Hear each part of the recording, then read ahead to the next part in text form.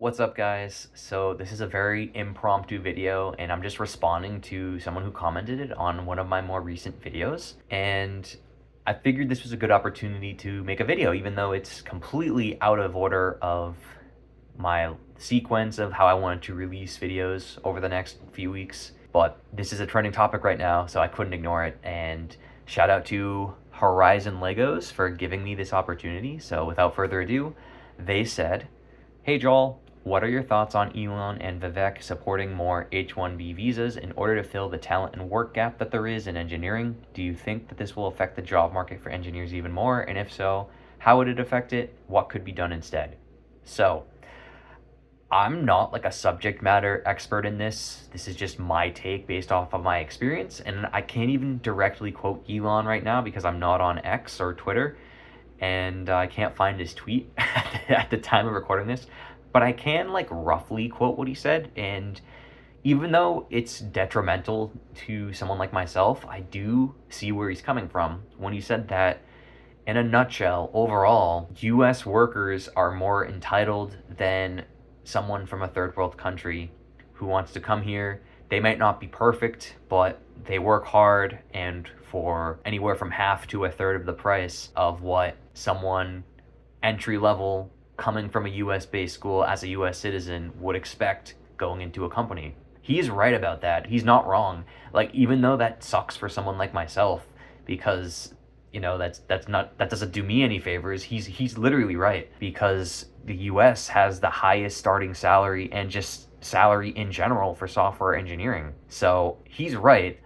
I don't know what his plans are, him and Vivek, regarding these visas, or if they're trying to change anything. We all know that the job market for software engineering is grotesque right now, and even people with the years of experience on paper, like myself, are not having any luck. Like, if I were to lose my job right now, I would be royally fucked. And that is not an understatement because I wouldn't know how much time I'd be out of work for. So it sucks that we almost always need to be looking for work and just be on the offensive in case we get let go or laid off or whatever, because everything feels so unstable right now, despite on paper the statistics telling us that, oh, everything is great.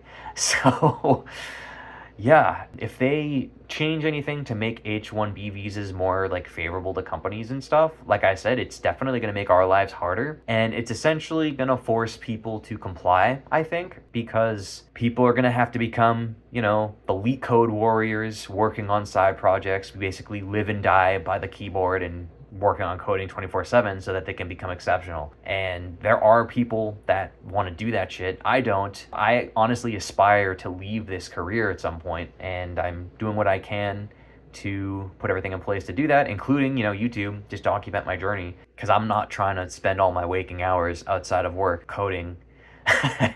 Although, if we're being honest, if I do continue to stay in tech for a longer period of time, I do hope to transition to embedded software engineering. And the good thing about that field is that all of those foundational skills are extremely, extremely, extremely transferable. And it's not like learning a new React framework, right? Like, React is something that could change year to year, but SPI is still SPI, CAN bus is still CAN bus, I2C is still I2C, and it's always used.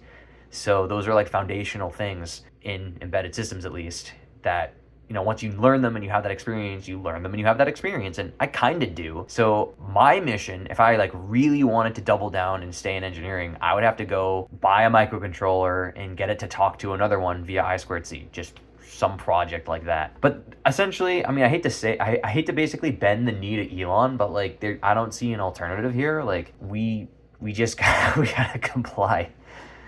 So what could we do to make things better and more favorable to US-based workers? Honestly, I think that we do need to kind of change our work ethic. I did well in school, but it gave me this like false sense of security in terms of my job now, because like, it's funny how, going through the phases of life, the moment you get your high school diploma and go to college, and your first day of college, your high school diploma means nothing. Unless you drop out of college, then you have to fall back on that. And then the same thing happens with college too. Now that I'm like, several years removed, or at least a couple years removed from my master's degree, it doesn't really mean shit. So I think that this is just going to force people to really comply and ask themselves if they actually want to be engineers, or at least, put up with it enough to get something comfortable. I think that out of every industry, defense, I hate to say it, but defense is probably the most stable. Getting into one of those companies would probably be your best bet in terms of job stability, because everything else is just volatile and you just don't know what's going to happen month to month. And maybe that'll change as things improve with the economy, such that at least people feel better about the economy and things aren't as expensive. But yeah, what could be done instead? So as I said in the beginning of this video, I'm not a subject matter expert with this. And I'm sorry if you hear like any like pitter patting. It's my dog being fed carrots right now. So he's like running back and forth. Anyway, so what could be done instead?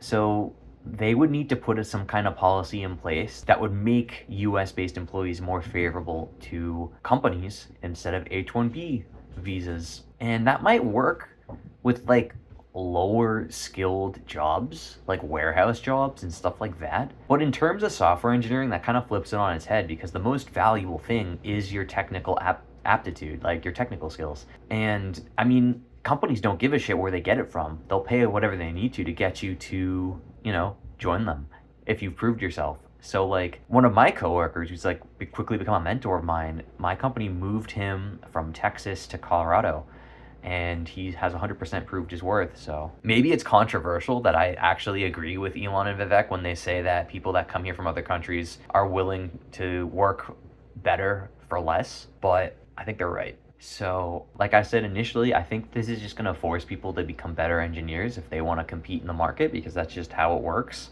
While it would be more beneficial for someone like myself to get into like an entry-level position and then kind of like train myself up such that I could be productive, that would be like ideal. But it is harder to find companies that are willing to do that. Like I said, defense is probably the best bet for a position like that. So yeah, I hate to say it, but it's true.